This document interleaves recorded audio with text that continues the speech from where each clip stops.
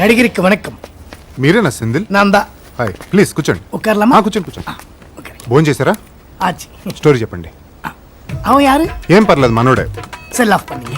Yeah, cell of చేసి ఉంది. இது என்னன்னா நம்ம பவன் கல்யாண் என்டிஆர் எல்லாம் அடிகார். நான் நோ சொன்னேன். எதுக்குன்னா நீ தான் இதுக்கு ஹீரோ. நீ இமேஜுக்கு தக்க கதை தான் இதுல இருக்குது. Thank you. வந்து ஒரு கட்டிங், ஒரு கட்டிங், ஒரு கட்டு, ஒரு கட்டிங், ஒரு கட்டு, ஒரு கட்டிங், லுக்கு லுக்கு லுக்கு லுக்கு கட்டு பண்ணா ஒரு சாங் தலைவா. இது தேன்மார் மாதிரி ஒரு குத்தாங்குடி.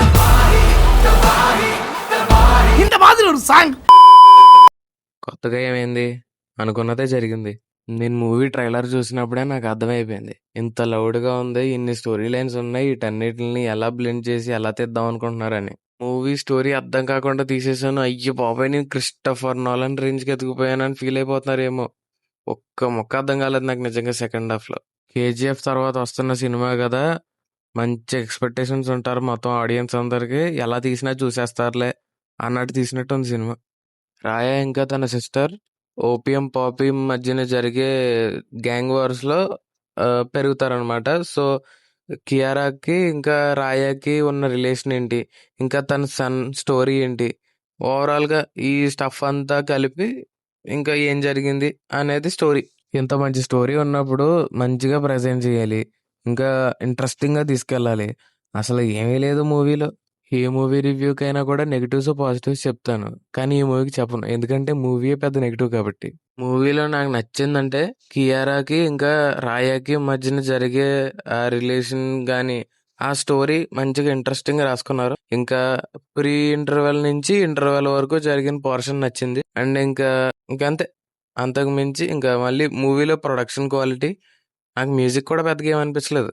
మూవీలో కొన్ని ఎలిమెంట్స్ ఉంటాయి, ఆ ఎలిమెంట్స్ రొటీన్ సినిమాల్లో కూడా ఉంటాయి, బట్ వాటినే లార్జ్ స్కేల్లో విఎఫ్ఎక్స్ పెంచి అసలు ఆ సీన్ని ఏ విధంగా తీయకూడదో అనే దానికి ఎగ్జాంపుల్ సెట్ చేసిన సీన్స్ లా ఉంటాయి.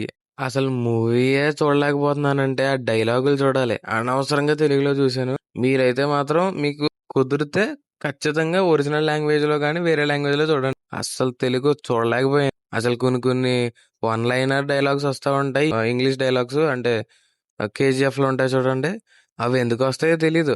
దాంట్లో కేజీఎఫ్ లో పర్పస్ అంటూ ఉంటది వాటికి, కానీ దీంట్లో అసలు సంబంధమే ఉండదు. వస్తాడు, ఒక డైలాగ్ చెప్తాడు, వెళ్తాడు, ఒక పాట పోయి వేస్తాడు ఒకరు. ఇంతకు మించి మూవీలో ఇంకేముండదు. ఇప్పుడు పర్టికులర్ గా నేను దేని గురించి అయితే మాట్లాడుతున్నానో దాని గురించి తప్ప ఇంక ఎక్స్ట్రాగా ఏ పాయింట్స్ చెప్పలేను నేను. ఇంకా ఓవరాల్ గా ఇదే.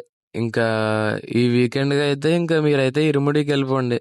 ఇంకా ఇది ఫ్యామిలీతో చూసే మూవీ కూడా కాదు, ఫ్రెండ్స్ తోటి వెళ్ళేటట్టు అయితే మంచిగా ఎంజాయ్ చేయొచ్చు. ఎందుకంటే మూవీలో అంత స్టఫ్ ఉంది నవ్వుకోవడానికి, జోకులు వేసుకొని.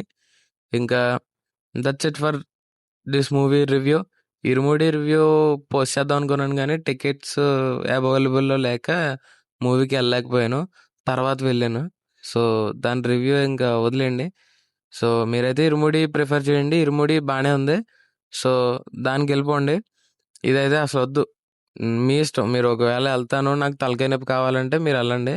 నాకు నిజంగా సెకండ్ హాఫ్ చెప్పాలంటే ఘోరం. అసలు నాకు నిజంగా తలకాయ నొప్పి వచ్చేసింది. సో ఇంకా అయిపోయింది కదా వీడియో, ఇంక దాని గురించి మాట్లాడకూడదు. సరే, see in the next one. అంతవరకు సైనింగ్ ఆఫ్.